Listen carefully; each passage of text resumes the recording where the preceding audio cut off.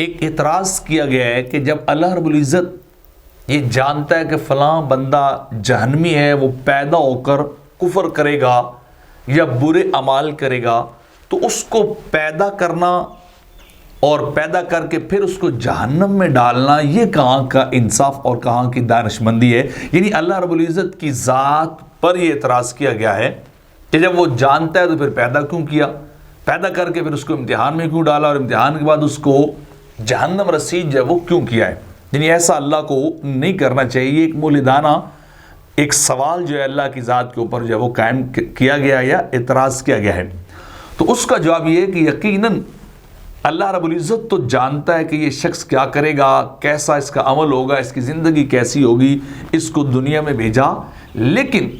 اس کے بعد دوسری بات یہ آتی ہے کہ اگر اللہ اس کو بغیر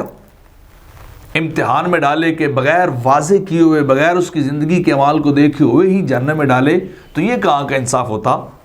یہ کہاں کا اللہ کا علم ہوتا؟ تو اللہ نے اگر اس کو پیدا کیا ہے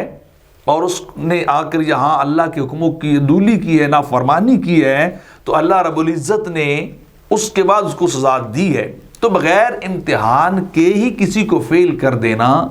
یہ اصل میں بات ہے کہ یہ قرینے انصاف بات نہیں تھی۔ تو یہ تو بالکل انصاف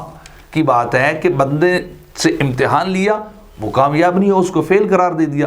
تو لہٰذا اللہ رب العزت کی ذات کے اوپر یہ اعتراض کسی صورت بھی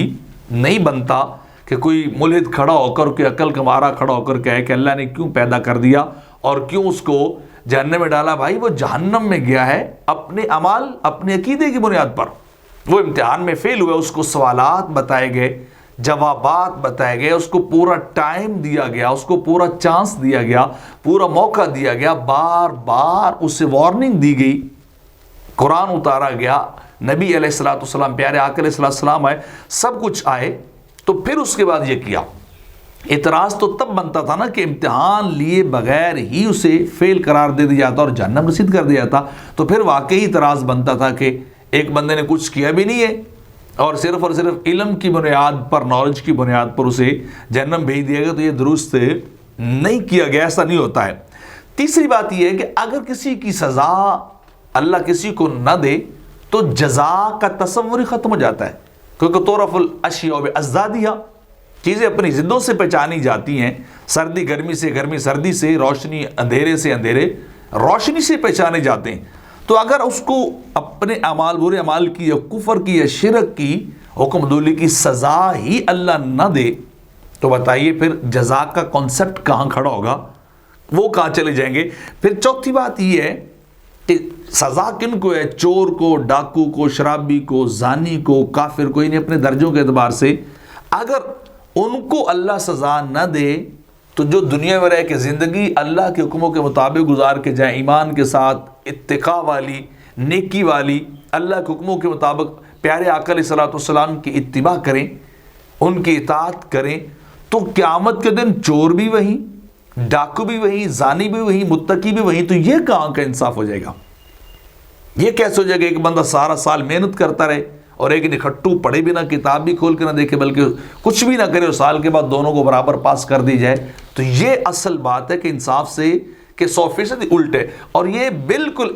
بے عین ہی انصاف ہے کہ جنہوں نے عمل کیا، محنت کی، انہیں ان کی محنت کے مطابق ریوارڈ یا جزا دی جائے، اور جنہوں نے محنت نہیں کی پھر وہ اپنی سزا کے مستحق ہو جائے۔ تو لہٰذا یہ اس لیے رکھا گیا کہ قیامت کے دن جو ہے جا کر فرق ہو جائے۔ اور باقی آخری بات یہ ہے کہ یہ سب کچھ چونکہ اللہ کا علم قطعی ہے، اس نے پھر بھی انسان کو پیدا کیا، موقع دیا،